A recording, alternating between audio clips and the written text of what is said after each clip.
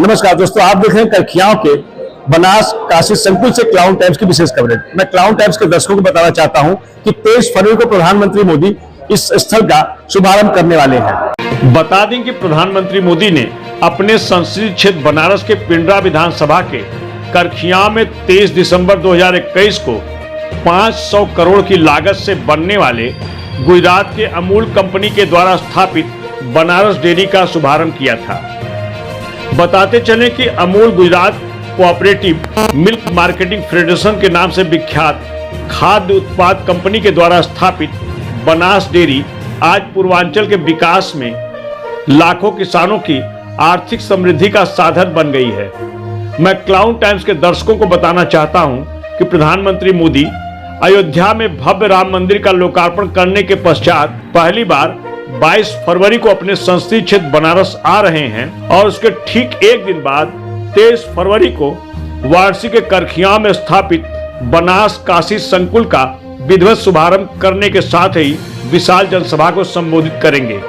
इस बारे में बनास डेयरी अमूल के चेयरमैन शंकर चौधरी ने मीडिया से बातचीत करते हुए कहा कि इसकी स्थापना से लाखों किसानों को आर्थिक समृद्धि मिलने के साथ ही युवाओं को रोजगार सुलभ होगा। प्रधानमंत्री श्री नरेंद्र मोदी जी इस संकल्प से बनारस का स्वाद शामिल कर से प्राइड ऑफ इंडिया तक पहुंचाना है। फेडरेशन के नाम से जाना जाता है। यह भारत की सबसे बड़ी खाद्य उत्पाद कंपनी अमूल आज देश का सबसे प्रिय ब्रांड बन गया है। अमूल 36 लाख दूध उत्पादकों का एक सरल बिजनेस मॉडल है। इन्हें संग्रह करने की बात है।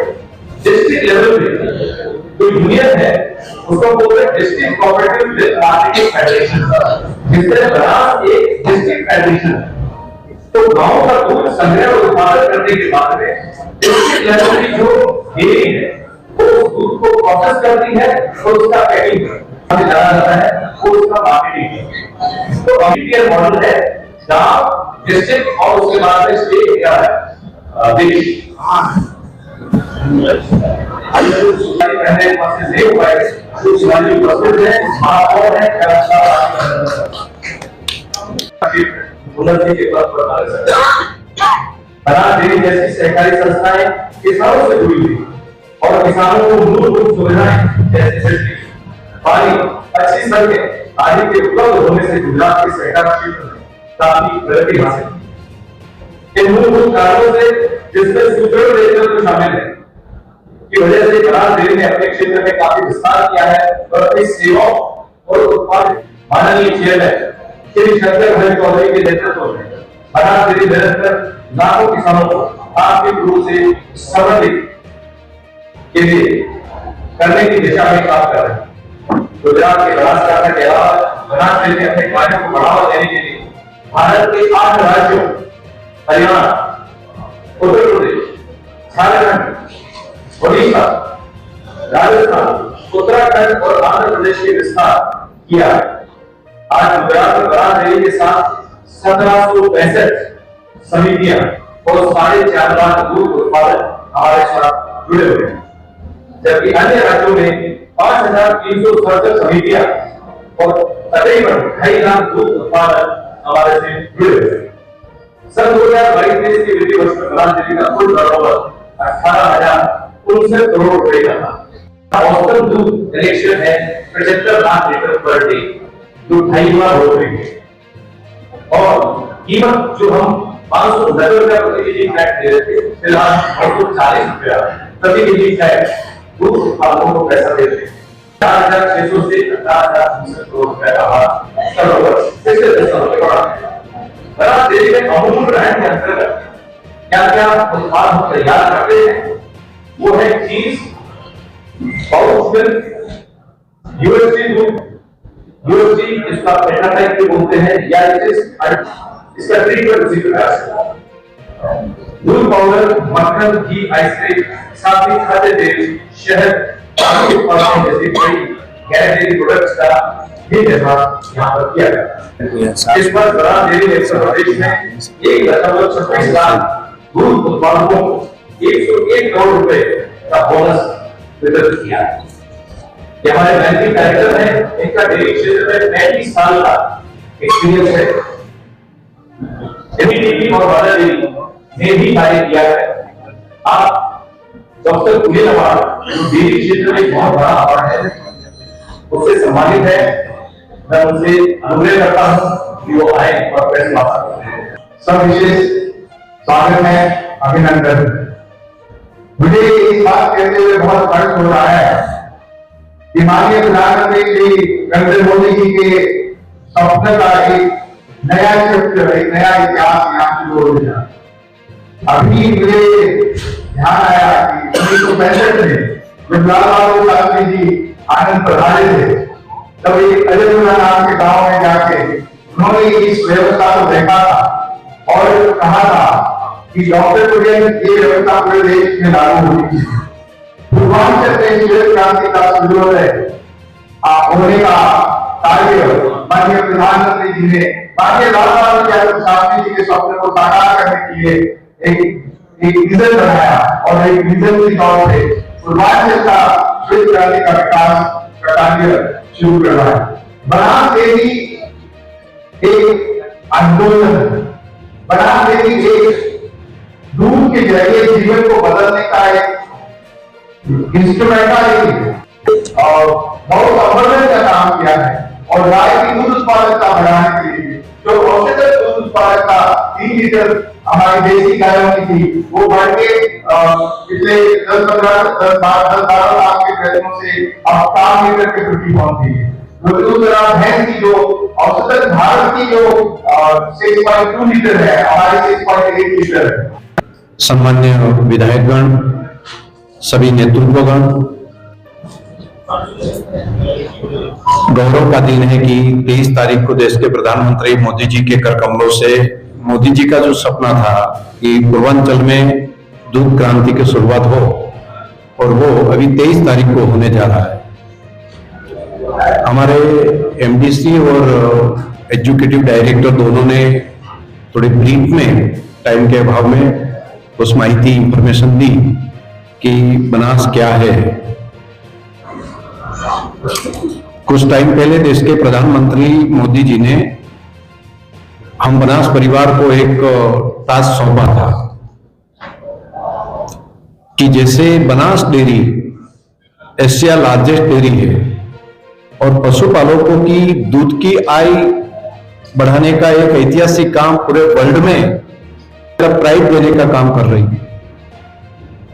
जो प्राइज हमें मार्केट से मिल रही है उनमें से 83% किसान के वहां तक पहुंचाने का काम वो पूरे ब्राजील, डेनमार्क, अमेरिका जैसे कोई डेवलप कंट्री भी नहीं कर पा रहे हैं, वो एक कोऑपरेटिव संस्था ने किया है। तो वैसा ही हमारे वाराणसी में होना चाहिए, वैसा ही हमारे पूर्वांचल में करना है।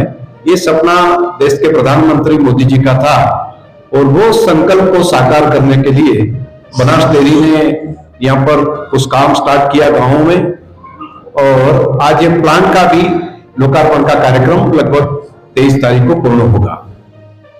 इस प्लांट की कैपेसिटी 10 लाख लीटर की कैपेसिटी है, अभी 10 लाख लीटर पर डे की कैपेसिटी है, बढ़ाकर 15 लाख लीटर तक हम पहुंच सकेंगे इस प्लांट पे जो अभी है, जो बनाया है उनमें। दूध के अलावा कई स्वीट भी है, भारतीय मिठाइयों भी है, ये पनीर भी है, आइसक्रीम है, कुल्फी से लेकर अलग अलग वेरिएंशन भी यहाँ से भारत के मार्केट में और भारत के बाहर एक्सपोर्ट करने का काम भी इस प्लांट के माध्यम से होगा। हमारा मुख्य उद्देश्य पशुपालक और खास करके महिलाओं का आर्थिक उपार्जन बढ़े, आर्थिक क्षमता बढ़े, ये हमारा मोटो है। आप सब जानते हैं कि ये कंपनी नहीं है, ये कोऑपरेटिव है। कंपनी का उद्देश्य होता है प्रॉफिट बनाना, प्रॉफिट के आधार पर उनकी शेयर की वैल्यू बढ़ती है।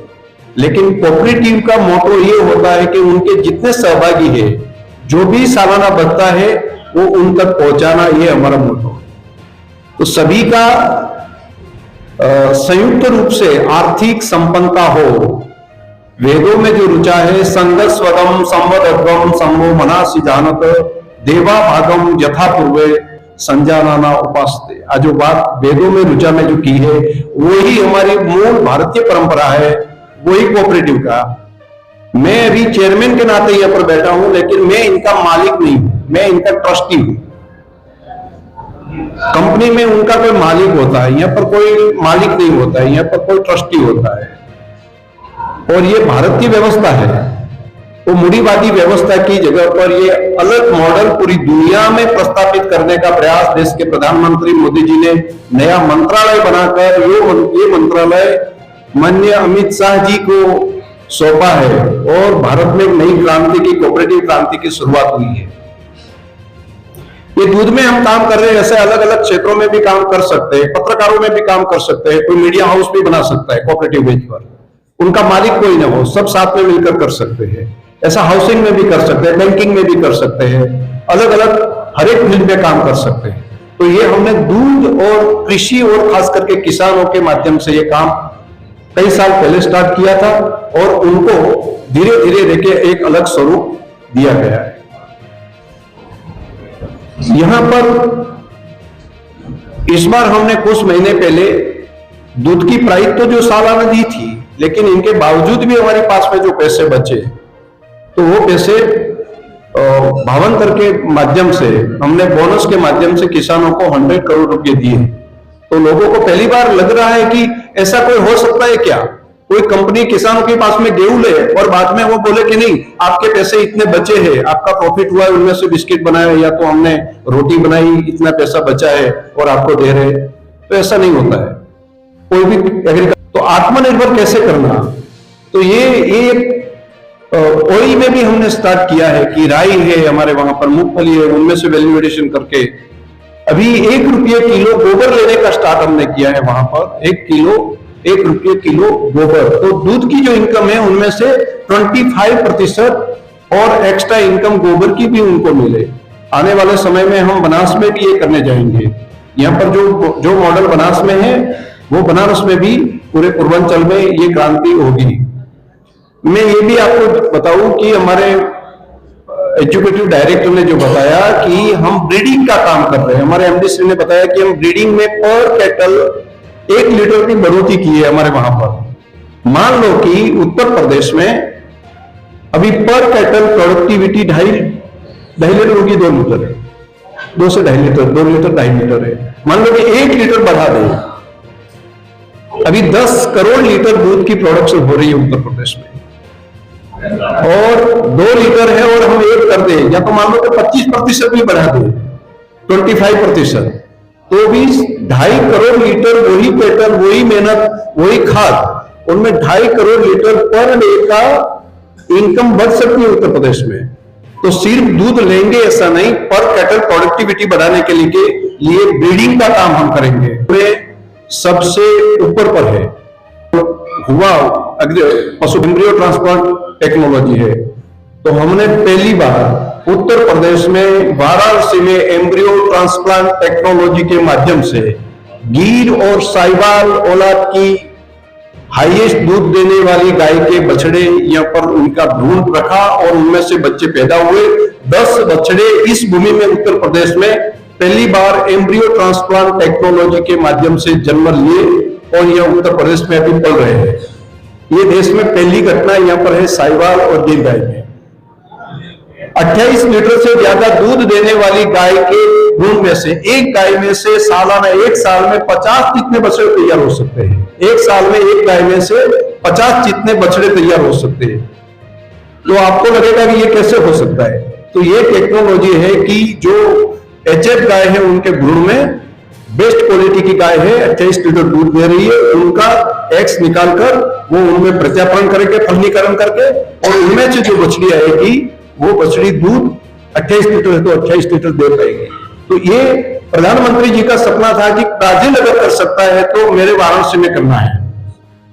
बनास में हमने कांकरेज गाय में किया और वाराणसी में साहिवाल और गिर गाय में किया है। अभी गंगा तेरी की भी अच्छी नस्ल हम ढूंढ रहे हैं कि गंगा तेरी की कोई एक भी गाय जो मिल जाए हमें, कि जो 20-25 लीटर दूध देने वाली जो एक भी गाय कहीं पर बची है, तो वैसी ही लाखों गाय तैयार करने का काम ये विज्ञान करेगा, इस धरती पर हम कर पाएंगे। तो किसान को आर्थिक मजबूत हमें करना है तो ये टेक्नोलॉजी के साथ सिर्फ दूध लेना, वैल्यू एडिशन करना, पैसा देना इतना नहीं है। न्यूट्रिशन का भी काम करेंगे, ब्रीडिंग का भी काम करेंगे और इनके साथ में उनकी हेल्थ का भी ध्यान रखेंगे। हमारे वहां पर डायपर भी स्टार्ट किया है उत्तर प्रदेश में, वाराणसी में भी शुरुआत तौर पर 1 साल से हमने स्टार्ट किया है और वो आगे आने वाले समय में और गति उनको भी देंगे। तो ये मैंने थोड़ा सा ब्रीफ किया कि ये और अगर हमारा मोटो है हार्वेस्टिंग हैप्पीनेस, खुशियां बढ़ाने का काम, ये हार्वेस्टिंग हैप्पीनेस ये हमारा मोटो है।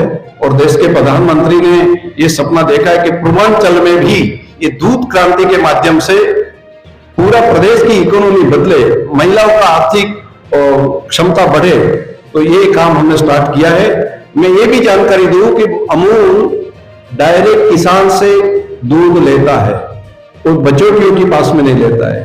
ये हमारा सबसे पहला काम ये है, हमने किया। कल का जो 23 तारीख का जो प्रोग्राम है वो बगल के एक मैदान में, ये कार्यक्रम में पहले प्रधानमंत्री जी यहाँ पर प्लांट में आए ऐसी अपेक्षा है और बाद में वो बहुत बड़ी रैली जहां पर हमारे दूध पशुपालक और कार्यकर्ता सभी यहाँ पर आएंगे और उनका संबोधन भी इस टाइम होगा। आभारी हूँ देश के प्रधानमंत्री मोदी जी का और योगी जी का कि जिन्होंने हमारे किसानों के काम करने के हेतु हमें टाइम दिया और काफी सहयोग भी रहा है, मोरली सहयोग। योगी जी भी जब भी मिलते हैं तब बोलते हैं कि हमें ये करना है, हमारे किसानों की आय बढ़ाना है और कुछ भी करके गांव में, ग्रामीण अर्थतंत्र में जो अगर रोजगारी देना है तो ये काम अमूल माध्यम के माध्यम, जैसे अमूल पैटर्न पर जो चल रहा है उसी पद्धति से जो करेंगे तो हर एक गांव में कई सारे लोगों को हम रोजगारी दे पाएंगे। कई लोग यहाँ पर मुझे पूछते हैं पशुपालक को रोजगार, वहां पर आत्मनिर्भर बनाना, तो एक एक किसान है वो 5 लाख 10 लाख 20 लाख 25 लाख या तो करोड़ रुपया कैसे कमा सकता है वहां पर, तो उनकी रोजगारी उनके गांव में मिले।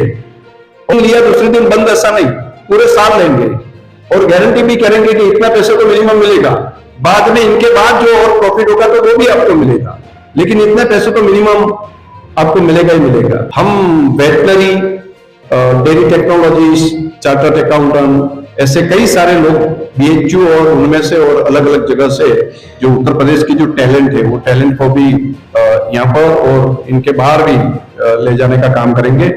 तो ये वो प्लान के माध्यम से भी हम काम करेंगे। लेकिन पहला उत्तर प्रदेश के बारे में कई सारी कंपनियां हैं, लेकिन दुर्भाग्य हमारा यह है कि उत्तर प्रदेश की टोटल प्रोडक्शन जो है वो 10 करोड़ लीटर है। आपके ध्यान में संज्ञान में है, आप तो पढ़े लिखे लोग हैं और नेट पर भी देख सकते हैं और आपके पास में डेटा भी है। 10 करोड़ लीटर में से 2 करोड़ लीटर दूध, उनका पैसा किसानों को डायरेक्ट जो मिले वो नहीं हो रहा है। अभी अमूल का मिलाकर 2 करोड़ लीटर दूध वो किसानों के पास में लिया जा रहा है।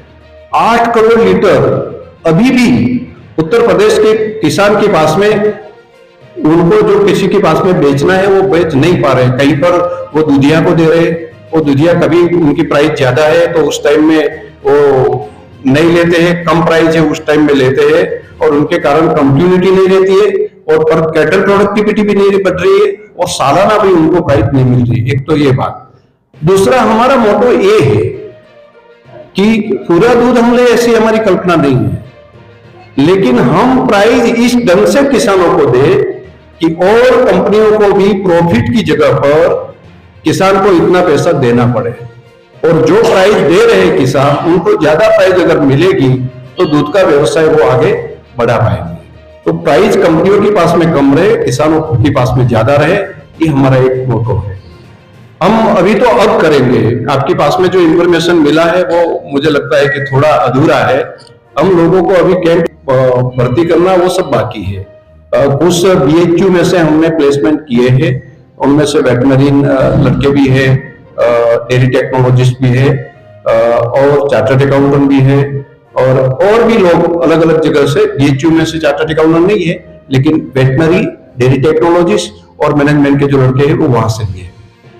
अध्यक्ष भाई दिलीप जी, हमारे सम्मानीय मंत्री अनिल राठौर जी, जिला के सम्मानीय अध्यक्ष,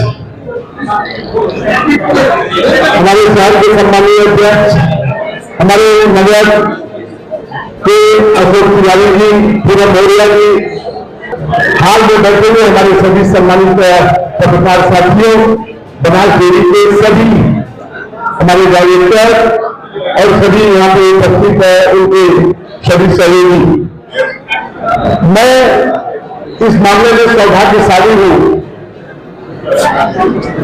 कि शंकर भाई चौधरी ने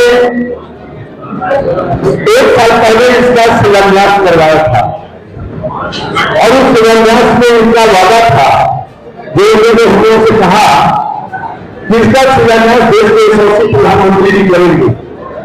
और मैं समझता हूं कि देश के यशस्वी प्रधानमंत्री जी ने इस बनास डेयरी का शिलान्यास किया और मैं आभारी हूं, धन्यवाद देना चाहता हूं भाई शंकर जी आपको कि आपने मंच पे भाषण दिया था और आपने वादा किया था कि ठीक 1 साल बाद इसका उद्घाटन भी होगा।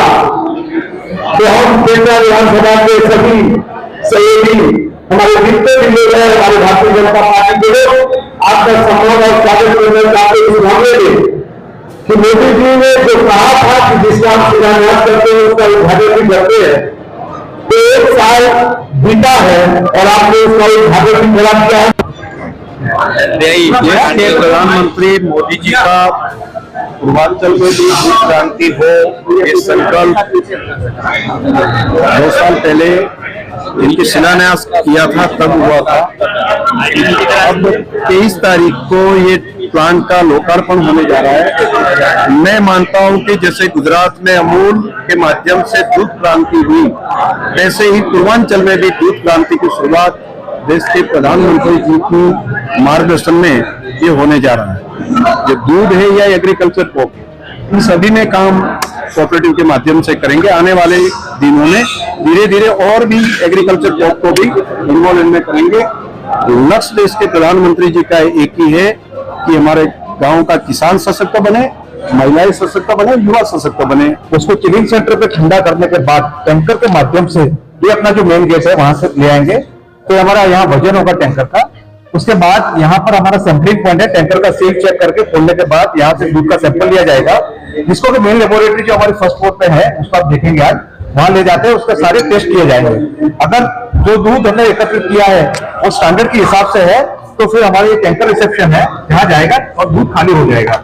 दूध हमारा जो है इस साइड जो हमारे जो टंकियां हैं जो आपको बाहर दिख रही है, उसमें रॉ मिल्क रहेगा, मतलब अनपाश्चराइज्ड मिल्क है जो गाँव से आ रहा है।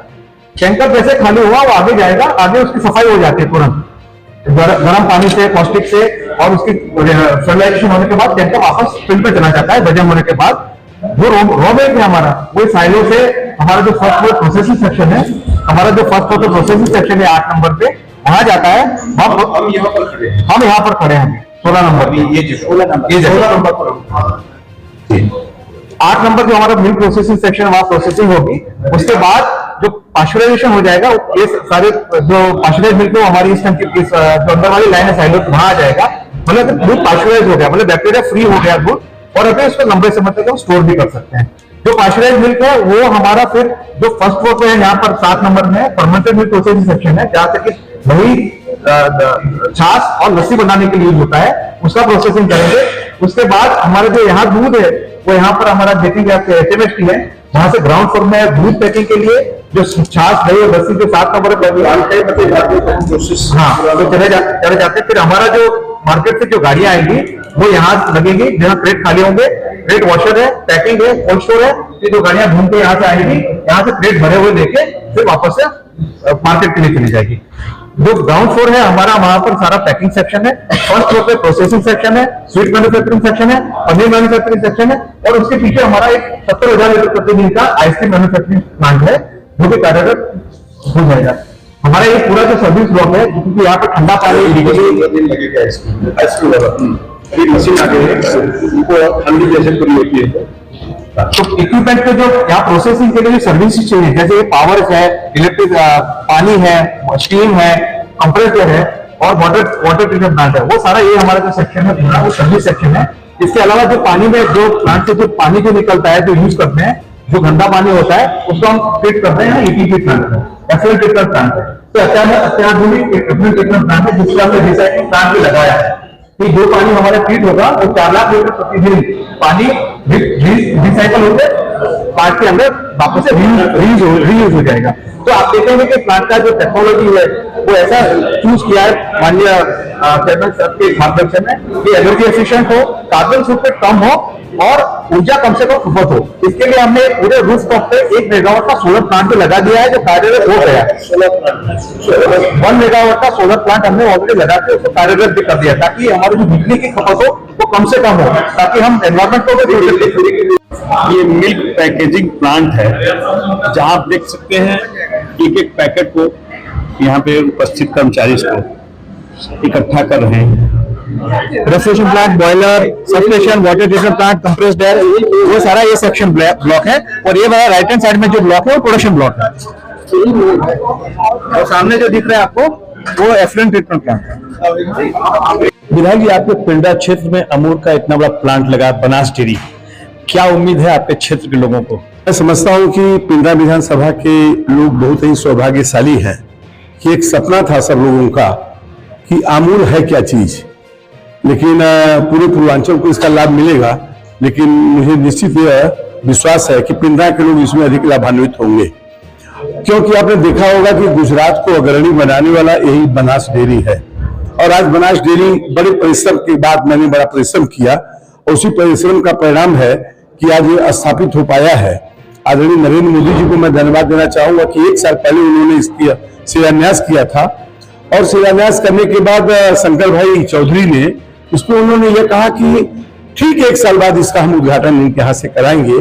हम लोगों को, सारे लोगों को लग रहा था कि कैसे संभव हो पाएगा, लेकिन 600 करोड़ रुपए की योजना को क्रियान्वित करके और 1 साल के अंदर 1 साल तक तैयार कर देना यह बहुत बड़ी चीज है। मैं समझता हूं इससे हमारे पिंडा विधानसभा क्षेत्र के हर घर को इसका लाभ मिलेगा। कि आपके क्षेत्र तमाम युवा होंगे, बेरोजगार होंगे, जिनका आप पर बहुत दबाव होगा कि विधायक जी हमको भी नौकरी मिल जाए, हमको नौकरी। तो ऐसे कितने लोग डायरेक्ट आप नौकरी दिलवाने में कामयाब रहे? मैं समझता हूं कि आप देखे होंगे यहाँ पे कि सारी मशीनें हैं जो कंप्यूटर से चल रही हैं। इसमें जो भी हमारे योग्य लड़के होंगे तो उनको मैं निश्चित रखवाने का पूरा प्रयास करूंगा और उनको अभी ट्रेनिंग के लिए बाहर भेजा जाएगा। और उन्होंने आश्वस्त भी किया है कि इस क्षेत्र के काफी लोगों को इसमें रखा जाएगा। सबसे पहले तो आपको बहुत बहुत बधाई, आप पत्रकार बंधु यहाँ जितने हमारे हैं थे सभी लोगों को। अब कहना क्या है, प्रधानमंत्री की जो गारंटी है देश के विकास के लिए, देश के किसान के विकास के लिए, जनता के विकास के लिए, राष्ट्र को सुरक्षा के विकास के लिए जो गारंटी है, अब उसको चरितार्थ कर रहे हैं। उन्होंने पहले भी कहा था कि दूध का उत्पादन करिए, उससे आय बढ़ेगा, उससे लोगों का जीविका बढ़ेगी।